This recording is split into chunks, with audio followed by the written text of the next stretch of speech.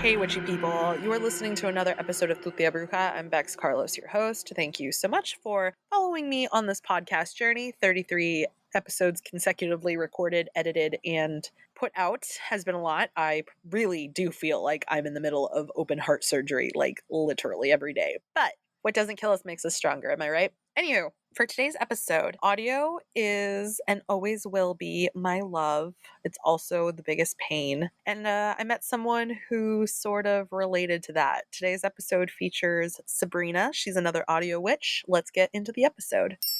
So I love being able to find cool other witches on the internet that share similar passions. And, I'm a self-proclaimed audio witch. So Sabrina's on the show today because she is another audio witch that I found. Thank you so much for being here.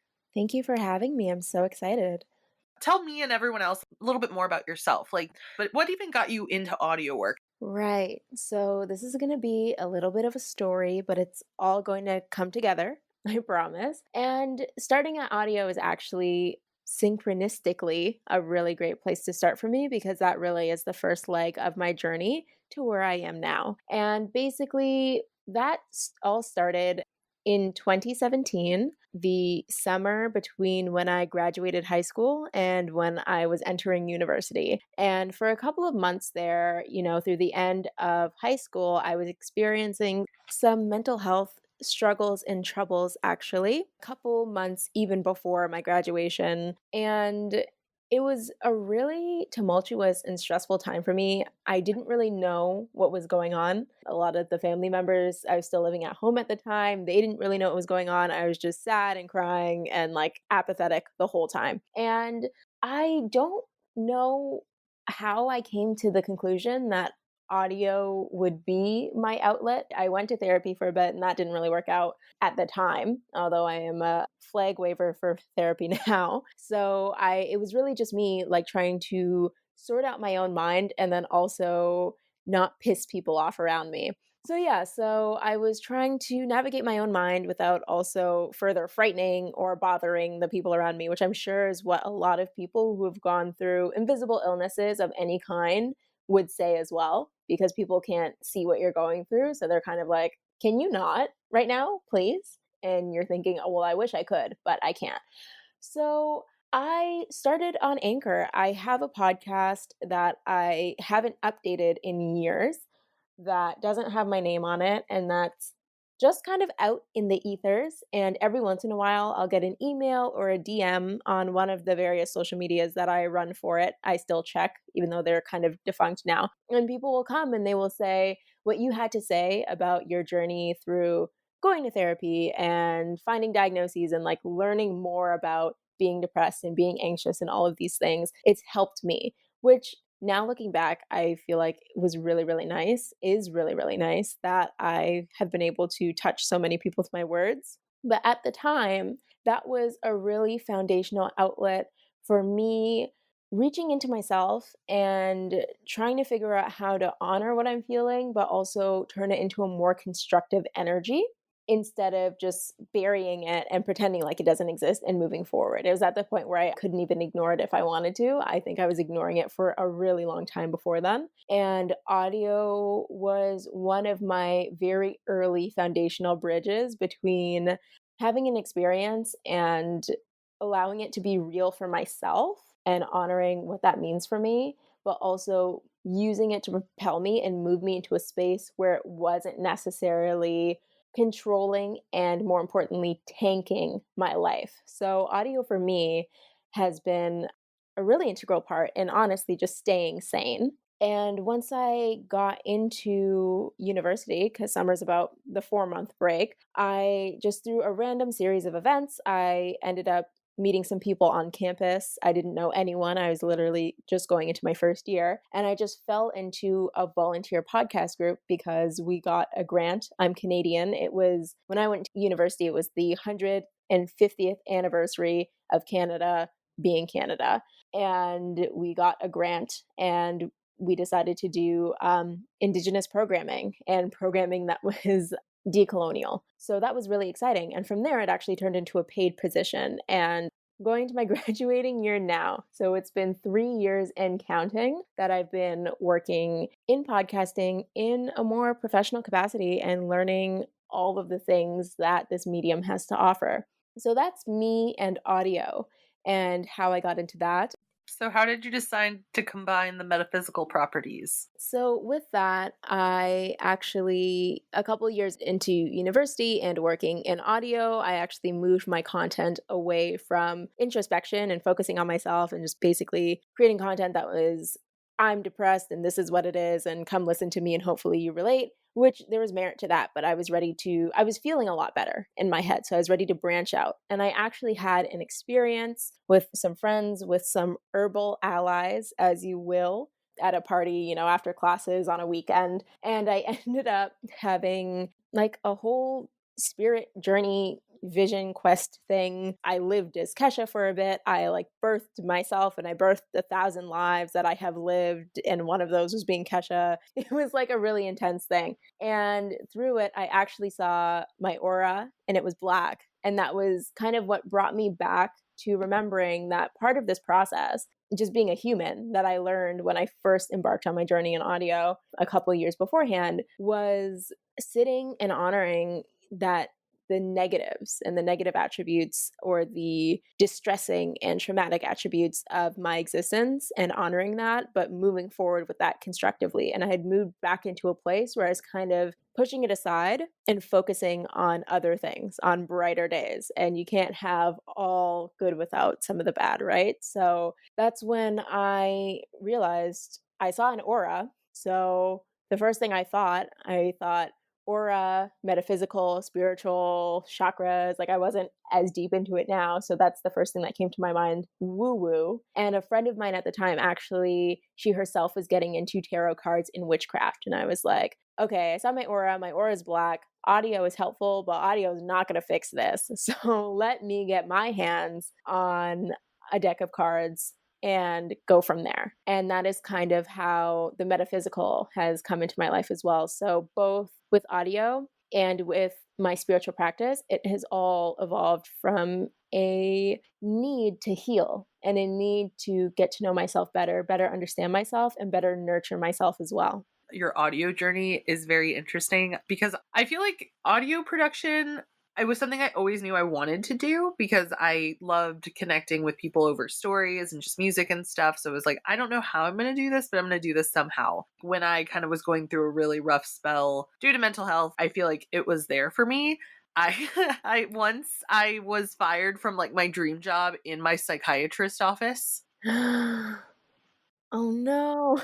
I worked for like a radio station and I got to be the alt rock goddess that I wanted to be. And then I was fired and I was just like, even in the moment, like I was sobbing, but I was like, there was also this light bulb that went off that was like, this is going to make for a really good ha ha ha ha. Isn't it funny that you were in the right place at the right time? Because where would be a better place to be than when you have a situation like that than a psychiatrist office? Yes. It's like when you go through the trauma, but the first thing that comes to mind is, this is going to be great for my book. Like, this is going to be so great for my character background. My origin story, if you will. Right, right. That's interesting because I feel like it's caused some of the best moments in my life, but it's also caused some of the worst moments in my life. So I don't know. We have a fickle relationship, audio and I, but at the end of the day, I still love it. Really big in my healing too. Same with the metaphysical. I think for me, it all comes from aligning with what I feel my purpose is. You know what I mean? Yes, 100%, 100%. Even within the spiritual and the metaphysical, I have so many friends who come to me now and they ask, oh, I heard of this Reiki thing. I heard of this. Can you contact this god or goddess or what have you? All kinds of stuff that they just kind of find online. And even within that sphere, I have to turn around and I have to say, there are certain practices that are aligned with me and certain ones that aren't. And if they aren't, I'm not going to just do them for you because you think it's cool. So that's also been a really big thing, stepping into a spiritually informed practice that has so many branches and areas, and unfortunately too, areas that have been appropriated. For me, it's doing my due diligence, doing my research, knowing what I can't touch, and then also knowing what I don't even want to go into, even if I could. Yeah. I mean, boundaries are important in any aspect of your life, and the metaphysical shouldn't be any different, you know? Exactly. When did you, even before you kind of got to the point where you saw your aura and you saw that it was black, but even before that, did you have moments in your younger life where you were like, I think I'm a witch, or maybe I want to be a witch? It's funny because I was talking to my partner about this before we hopped on the call, and I was kind of dreading this question because you hear so many stories of people who say, "Oh, well, even from 6 years old, I was pulling playing cards and making up fake definitions for them and saying, if I pull a 3 of clubs, this is what it's gonna mean," and all that kind of stuff. And I feel like I didn't have that, or I didn't have moments where now I look back on them and I think, that was witchy. Like this was destined, you know? I think a couple of things that come to mind, and maybe they are witchy, and I just have a habit of being hard on myself. So, Matilda was really, really big when I was growing up. And I remember myself, like the first time watching that movie, I was thinking, wow, if she can do it, I can do it too. So, I spent a lot of time, like more time than I'm willing to admit, trying to make things move with my mind and move around like my bedroom and like change my clothes and all that kind of stuff. And it hasn't worked yet. Sometimes I still try when I'm waiting for my food to warm up or something. Quick pause from the episode. Okay, so I know that there are so many different witchy people that you can follow on Instagram. You know what I mean? And I really personally love Instagram for keeping up with other witchy folk. It's like it's my way of like just finding everyone in one spot. You know what I mean? So anyway, if you're not already following Melissa at Temperance Home and Bar, please do. Melissa has a one-stop shop for all different types of stuff. She does witchy cocktails. She makes sigils. She made me a personalized Medusa-inspired mirror for when I was just feeling like everything was against me. She's amazing. And I think that it's important to support witchy folk out here living their best lives. So please, her information is in the show notes. Be sure and follow her. It's Melissa at Temperance Home and Bar. Let's get back into the episode. But that's a defining memory I have. I mean, my name is also Sabrina. So, Sabrina the Teenage Witch, also a really big character in my life growing up. It's a comparison that you can't really avoid. And it's something that I watched and I always thought that yeah, that would be really cool if I could have magic in my life in that way. And in a more abstract sense, I've always been someone who has been interested in being outdoors and being in nature. I consider my practice now really earth based and based in the energy of the earth and the spirit of the earth, and actually the more tangible things that we take for granted every day and the spirits that exist within them, and the way that we all work in tandem to create this one ecosystem that we live in. So I always wanted to go camping. I always wanted to get my hands in dirt and hang out with flowers and make things from scratch. That was like a really big thing for me. I always want to make everything from scratch. So those are a couple of things that come to mind when I think of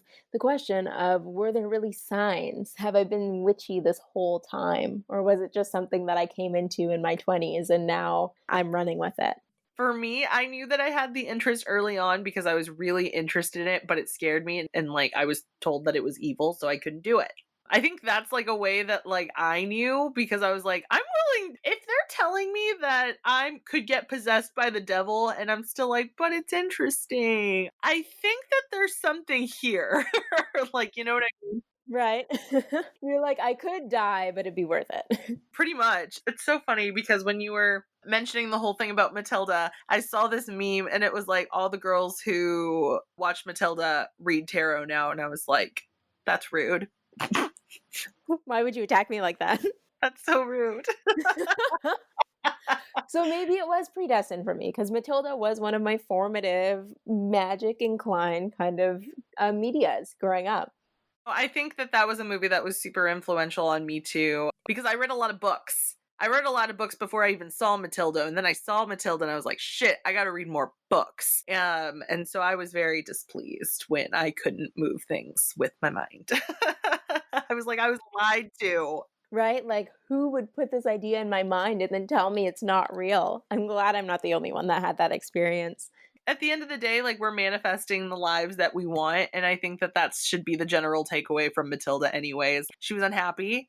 She figured out a way to stop being unhappy. She made it happen. Now she lives with Miss Honey and is living her dopest life. So Yes, 100%.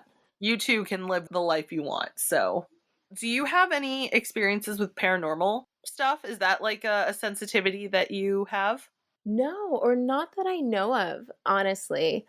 Divination is where I started. I started with the tarot and learning about my aura, and it's kind of my bread and butter now and what I go back to. But I rooted my practice in revealing the truths of myself to myself, and that's really where I've kind of stuck. And with school and work and everything else, my practice is very much what I need to do for myself. So I don't know if it's necessarily that I haven't had paranormal experiences because I can't, or if I haven't had paranormal experiences because I just have been too busy to see the writing on the wall. But as of now, I can't really say that I've had any sort of standout moments or stories that I can tell in that realm. You know what? It's a better place to be. Like it's a sensitivity that's cool, but it's also very scary and it gave me a lot of fear growing up cuz like how do you fucking explain it to people? It's like um yeah, that's happening because something's here. Like you know what I mean? Like people just think you're crazy. No, exactly. I have a relative actually that I'm very close with. And when I started with the tarot, it wasn't that the idea was, oh, you can't do this because it's evil, but they were very much on the side of do whatever you want, but keep that away from me. And I actually got them to receive a tarot reading. It was really nice for them. I was very afraid that they were going to get more of an ominous kind of you need to work on yourself reading because they already were apprehensive, but it was a nice reading. So I was happy. But they were telling me that the reason why they are so apprehensive is because they are sensitive and they have always had these kinds of things that have popped in and out of their lives over the decades. And they know that it's there, but it's something that they haven't fed into because we also have just a general hereditary history of mental illness. And they were saying those two things mixing, they just weren't equipped to navigate that. So I think it's really interesting how all of these different energies and experiences can weave their way into different people's lives in different ways. And then that's also why I say that who knows? Who knows about me? Because this person I am very closely related to. So maybe that exists somewhere in my blood. For some people it presents very early, for some people it can present itself later. I worked this shop where they sold sage and palo santo, and even though I'm not a big advocate of that, they came in and they were trying to purchase it and they were asking me some questions, and I'm totally out of the broom closet. So if anybody asks me about magic stuff, I'm always like, yeah, like what do you want to know? And I was just because I saw that they were buying all these things, I was like, are you a witch? And she was kind of like, why would you ask that? I was like, I don't know, it just seems like you're trying to cleanse a lot of energy is all. And you know, we were like talking and finally she kind of like said that I guess her friend with her who actually walked out in the middle of our conversation. She just walked out and her friend kind of looked at me and I looked at her friend and her friend was like, she has a lot of sensitivities that she's not really sure what to do with, to the point where she sees things and it's really scary for her. And I guess like even to entertain a conversation about it was just too much for her. She just couldn't do it. So yeah, like I gave some suggestions of things to do and like, you know, things that might help. Cause I was just like, you need to have like some white candles while you burn this. You know, just really think about the fact that you only want good energies here. Keep the windows open. That I guess maybe because my brain couldn't handle seeing something. I can always hear things. I can always sense things, but I've never seen anything because I really think that my brain would just like explode in so much fear that I don't even know what to do with myself. Right. And I feel like that person that you encountered, that's very much like my relative. There are certain things that I talk about and they just say I support you and I support you being happy, but I can't go down this path with you right now or maybe ever.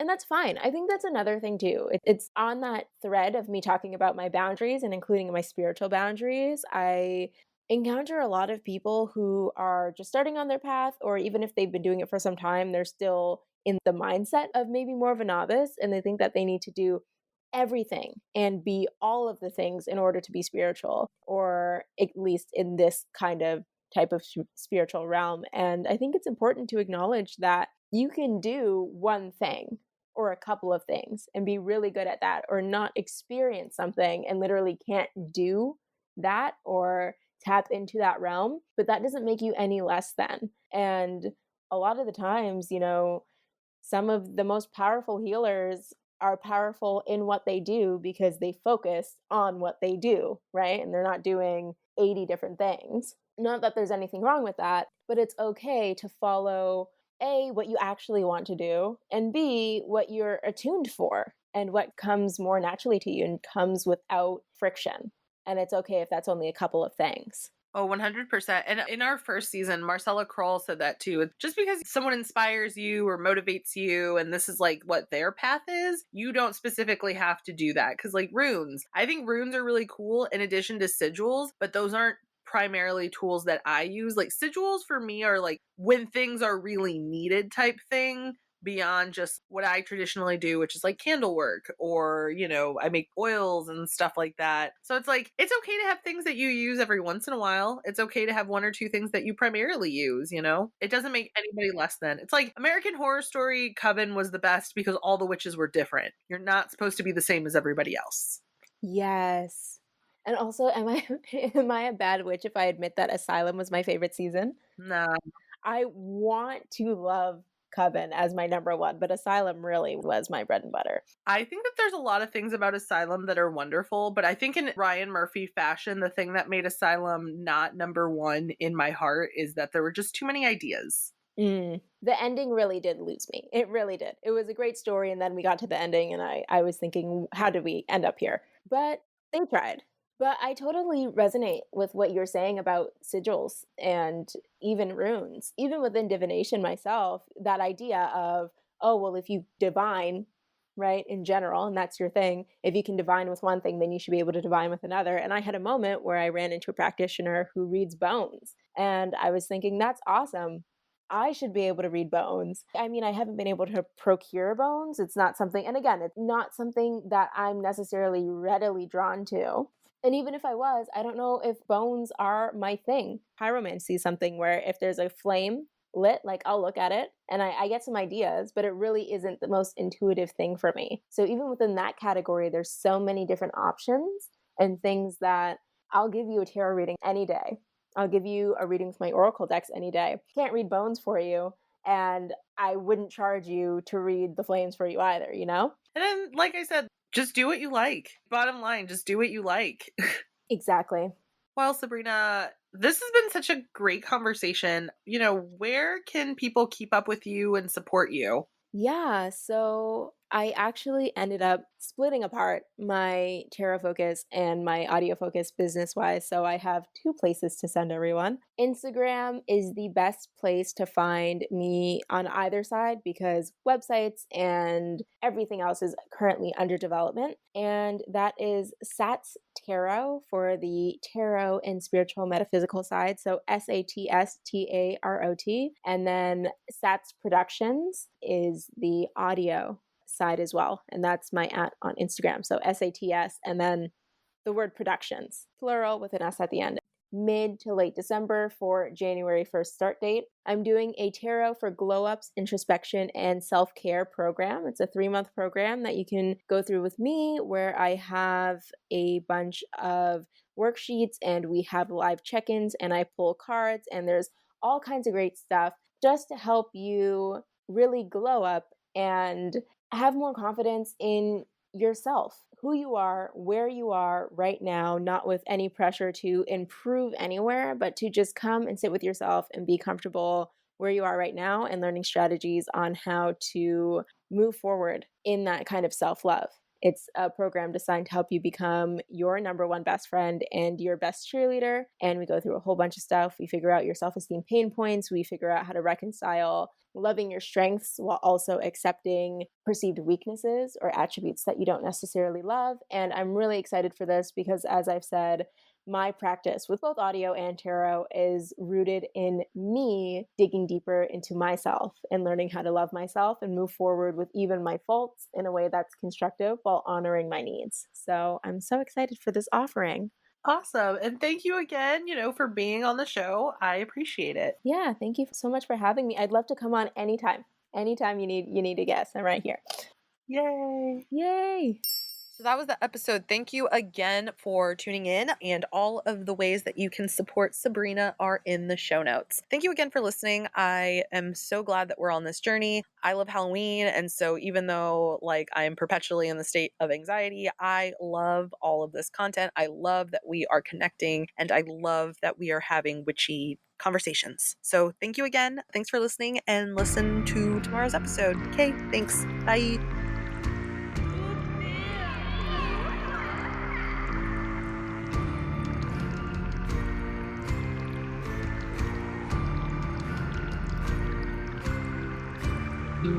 Yeah.